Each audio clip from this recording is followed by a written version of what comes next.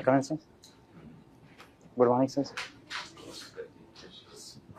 Please sit, Peerzada. Have a seat. Thank you, sir. You are Peerzada Umar. Yes, sir. M is what? I'm Ms. Muhammad Umar, sir. Muhammad Umar. Yes, sir. 96 born philosophy. Yes, sir. You studied in Bhagwant University, Ajmer. Yes, sir. Where is this Bhagwant University?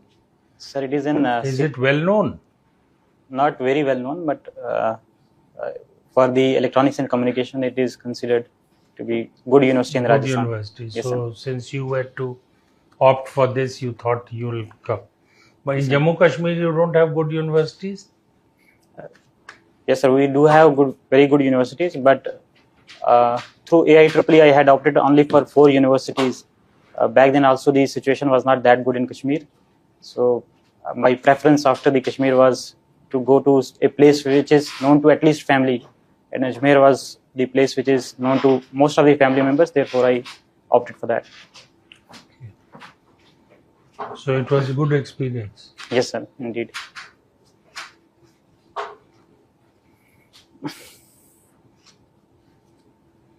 So how many times have you appeared at the UPSC CSE? So this is 6th attempt. An interview? First interview. Congratulations Thank you. to have reached this stage. Do you think it's a unpredictable exam?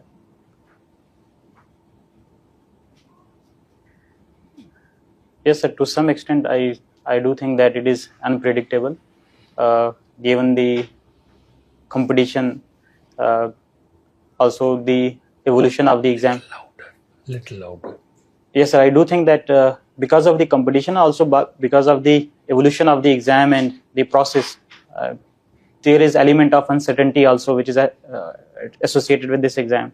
So, especially for those people who lack guidance or those who are from far-flung areas where the internet or other guidance is not available, it becomes a challenge for them.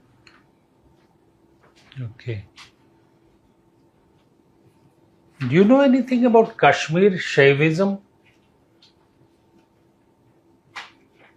Yes, sir. It Just was very briefly, if you are introduced to that subject, let us know about that. Sir, it is the counterpart of Advait Vedant in Kashmir. It blended the elements of Kashmiri Sufism, the tradition of the Nund Rishi and others, and the Advaitic traditions of the India, and it was propounded and supported by Utpala Deva and the Abhinav Gupta. Utpal Deva and Abhinav Gupta. Yes, sir. And when did it start, or what was the time period? Sir, it peaked around 14th and 15th century. Okay. What do you have to say about the UCC? It has already started in Uttarakhand, earlier Goa. It's quite a comprehensive mandate. So what do you have to say about this?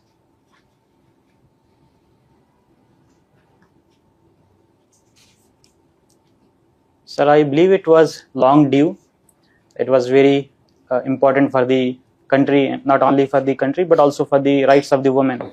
As KM and she had pointed out that UCC, in the Constitution Assembly debates, that UCC is required not only in terms of the uniformity of the laws, but also in terms of the restoration of the rights to women that were earlier denied because of the personal laws.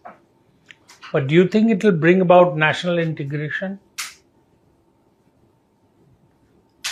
Yes, sir. I do think that in terms of the codification of the laws and uniformity of the laws, cutting across the religions, it will bring more integration in the country.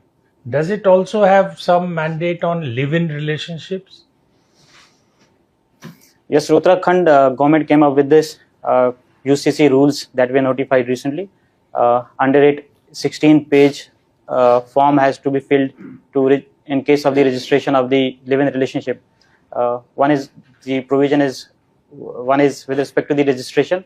Second one is getting the permit from the religious authority or religious body.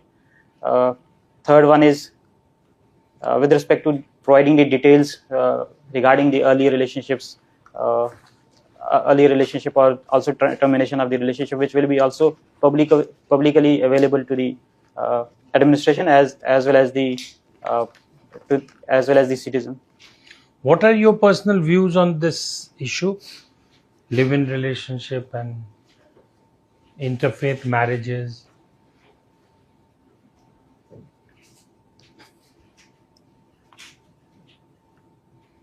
You think it's a progressive occurrence or it should be avoided?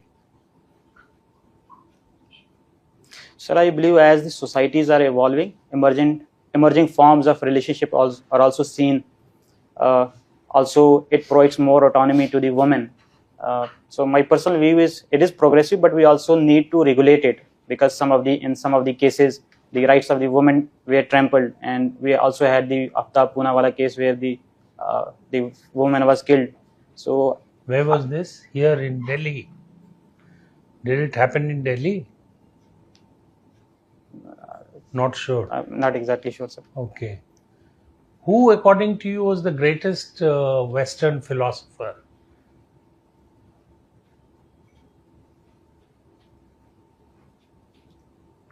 Sir, according to me, I believe it was Plato, because he started the Western tradition, and all the later philosophies are to some extent footnotes to the philosophy of the Plato. Who said this? It was A.M. Moorhead who said that all the Western philosophy is footnotes to Plato's thought. Okay. And what about Socrates, his guru? Why was he hamlocked? So he was given the choice to, his philosophy was considered rebellious against the state, and state offered him either to leave the philosophy or do not live, and he chose to drink the hemlock and not give up his philosophy. What is Pakistan's stand on Kashmir? What does it want?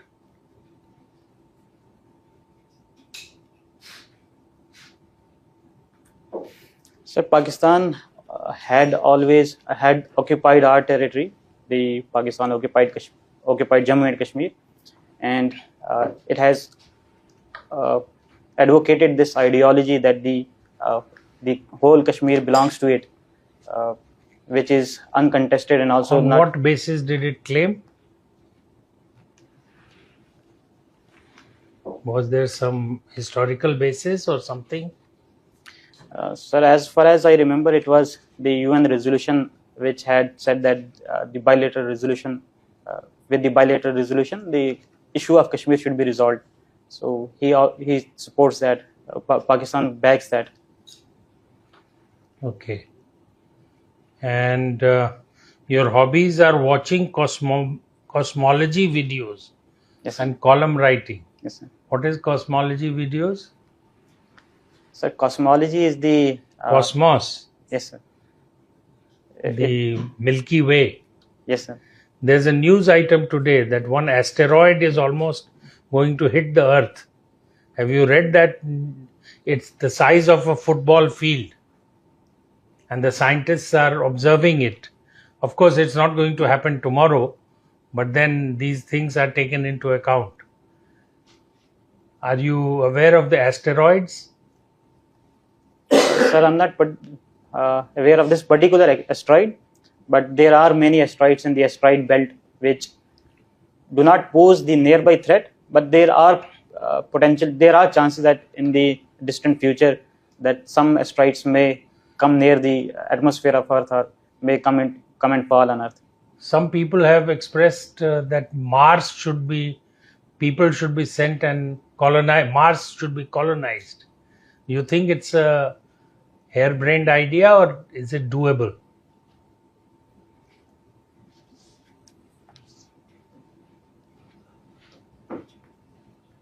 So at current level of technology, current level of development, I don't think that it is possible.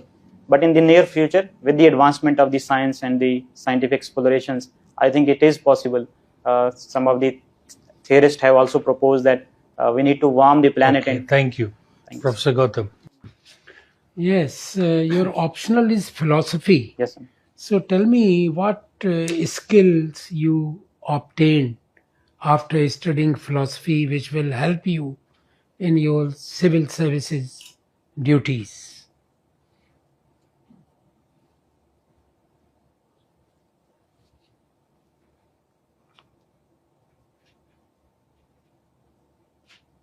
So there are many values, many things that I learned from philosophy, such as number one is the critical thinking, uh, deploying the critical rationality to arrive at the right judgment. Number second is stressing upon the values such as gratitude, reciprocity. These are the key to human morality. So I believe this is very vital uh, to make the right decisions in the administration also. Thirdly, philosophy also gives this hope in the times of hopelessness, and when the situation is dire, the work is tough, then the philosophy helps us introspect. That also gives the courage to face the challenges. So these That's are the true. If you are dealing with as DM of your district with some criminals, how you will use your philosophical knowledge to convert that criminal into a gentleman.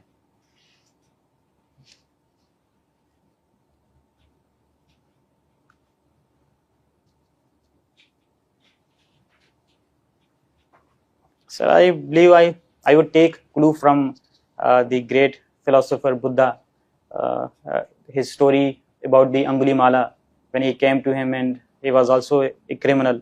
So Buddha took this opportunity to convert that criminal into uh, his disciple and also the spreader of the peace. He deployed this methodology of questioning, and then also providing him the alternate path to see. So Okay. I think in terms of the criminal, we need to find that. And Okay, in Prayagraj, Mahakumbh is going on.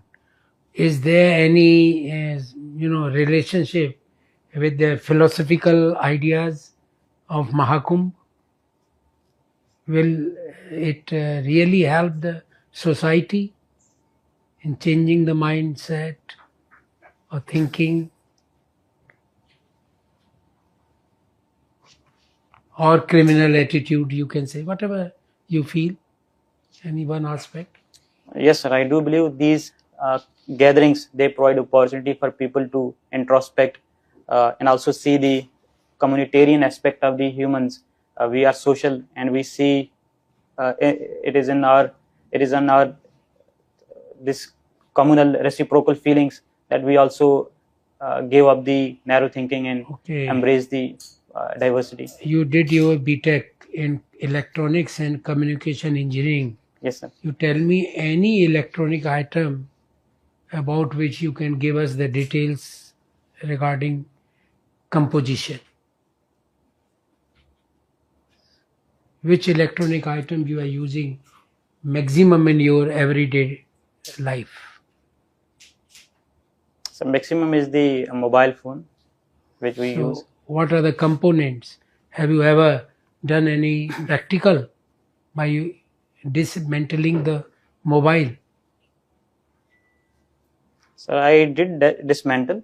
Some of the components are, one is the integrated circuit, and the core component of that is the CPU. And currently we are also having the GPUs installed on them. The second one is the display folder, and then we also have the battery and the other sockets, other peripheral things like antenna and all. But which is the most important part of mobile phone?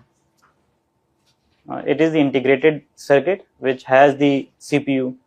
What the about semiconductor chip. motherboard? Yes, sir. Motherboard is the integrated circuit, and on that is semiconductor chip. Okay. If you become the chief secretary of Jammu and Kashmir and asked to develop, some major industries in the state, which one you will select with some justification? What type of industries?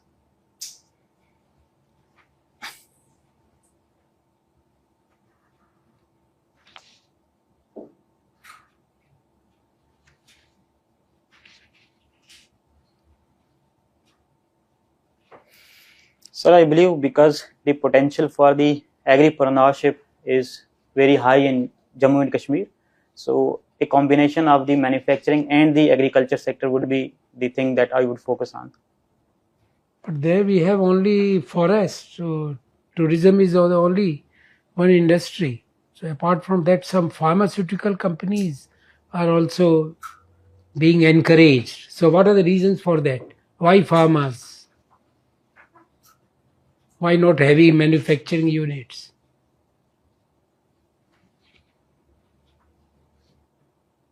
Sorry, sir, I have to see that. Okay, it's fine. Okay, thank you. Thank you, sir. Umar, you are from the state of J&K. Which are the various security forces engaged in J&K right now?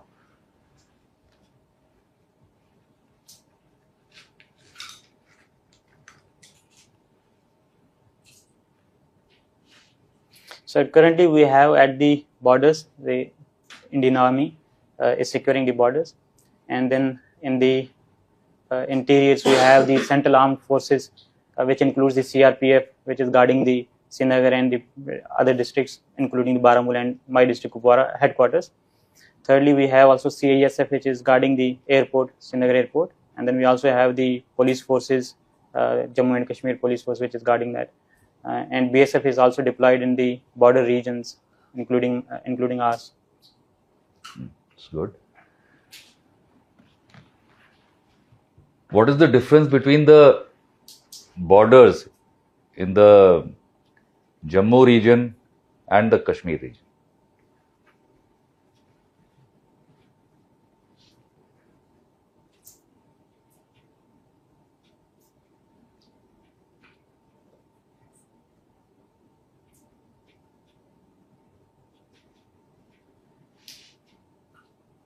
So I'm not sure of the exact differences, but in the northern regions, such Kashmir, like Kupwara and the Baramulla district, the terrain is because of the terrain that we have the borders, porous terrains, and also the rivers are also demarcating the boundaries, such as the Kishan-Ganga river.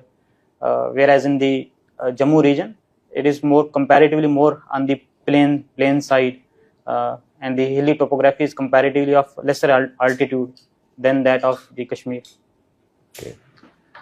You heard of DeepSeek? Yes, sir. So, why is it making news? So there are various reasons for that. One is with respect to the cost of manufacturing and deployment of that DeepSeek. The competitor is the biggest giant in this field is the OpenAI's ChatGPT, which was built at over $100 million cost, and DeepSeek is built at under $6 million cost. Second is with respect to the use of the GPUs. The earlier ChatGPT model used H100 model of the NVIDIA's chip, and it used around 10 to 16,000 chips, whereas the DeepSeek it is said that it used only 2 to 3,000 chips. Third is also with respect to the efficiency and power. The ChatGPT uses more power, 3 times more power than the DeepSeek. So how is the world reacting to this? Especially the major countries like the USA and Australia and all that. Sir, currently USA, the Navy of the United States was the first to respond. It banned the use of the ChatGPT. It said that there are security issues. The data, because it is banned the use of ChatGPT. Not ChatGPT, DeepSeek. DeepSeek, okay. Yes, they said that it is based in China, and also it can use the critical data of the Navy of the USA that can be used by the China. So because of that, they banned. And other countries, including Australia, they were responding to it that we will not allow use of the DeepSeek. Even Ministry of Finance, our Ministry of Finance also came up with this notification that the use of the ChatGPT and the DeepSeek should be restricted. What is India's position on this? Ministry of Finance, it restricted the use of it. In India? Yes, sir. And where do we stand as far as the AI is concerned?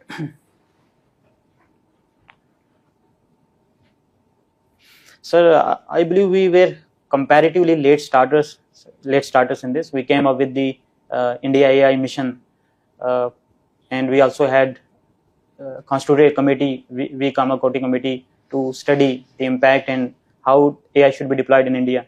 So there was lag on that part, but now we are gearing up to compete with the other countries. Currently, because of the limitation, we do not have the chip manufacturing here in India. Therefore, there was comparatively a lag vis-a-vis China and USA. Okay. Afghanistan is not allowing its women to play cricket. Do you think some of the countries like Australia and England, they don't play against Afghanistan in bilateral series? There were calls for boycotting the Champions Trophy also. Do you think it's a justified move?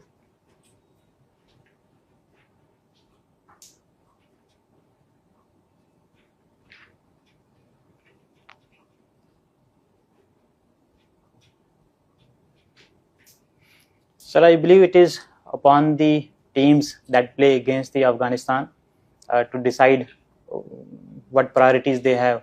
But if I am asked, I think that it is justified move, because the women, the restrictions imposed on the women, they are very regressive. Recently, I read also that even the windows are banned in some of the houses, in some of the regions, so that women are not able to see outside. So this is restriction of the mobility and also the autonomy of the women, which I think is very regressive, and the global community should come in support of the women of the Afghanistan. That is okay, but do you think then all cricketing ties with Afghanistan should stop? That's what some of the countries are demanding.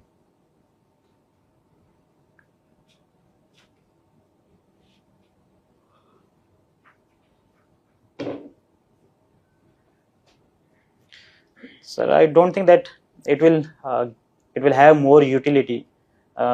Currently, the economy of Afghanistan is dependent on various industries, and cricket is one of the industry that they are looking up to. I think that can be used to nudge rather than act as a retribution or something like that. Thank you. Peerzada, in Bangladesh very recently, the house of Sheikh Mujibur Rahman was destroyed to a large extent. What does that tell you about the society in Bangladesh?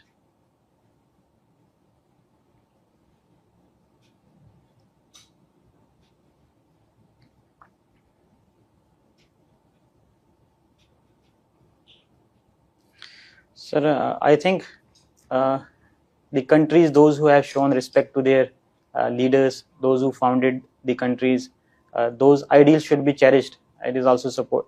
Our constitution also says is one of the fundamental duty, in fact, in our case.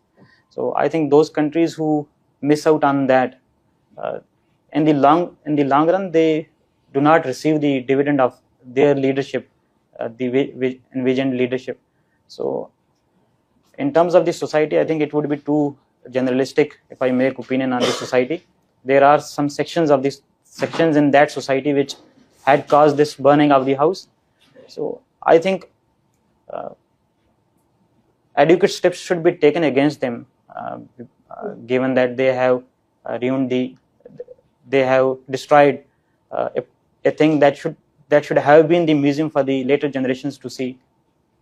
But the section of the people who have destroyed it were supposed to be the leaders of the revolution. They called it revolution.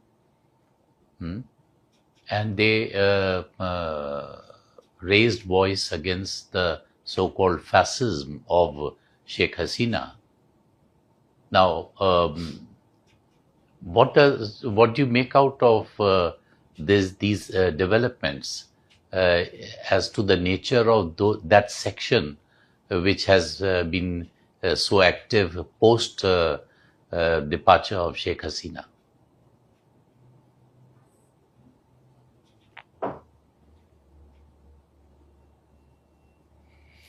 Sir, for me, the very important pillar of the revolution is the vision one has for the nation, what they bring as the alternative.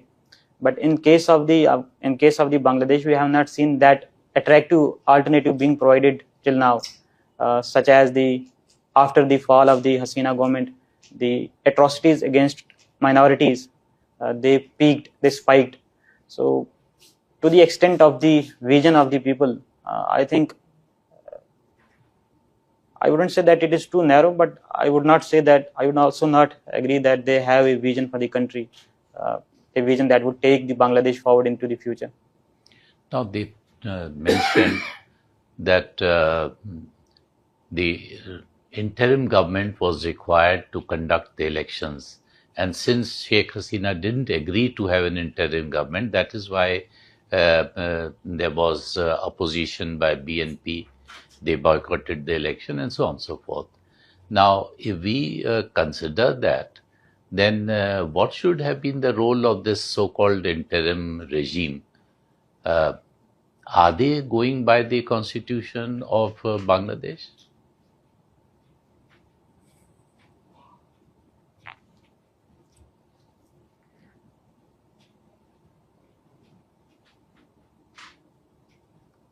Sir, I'm not specifically sure of the constitution, whether what their constitution has about this.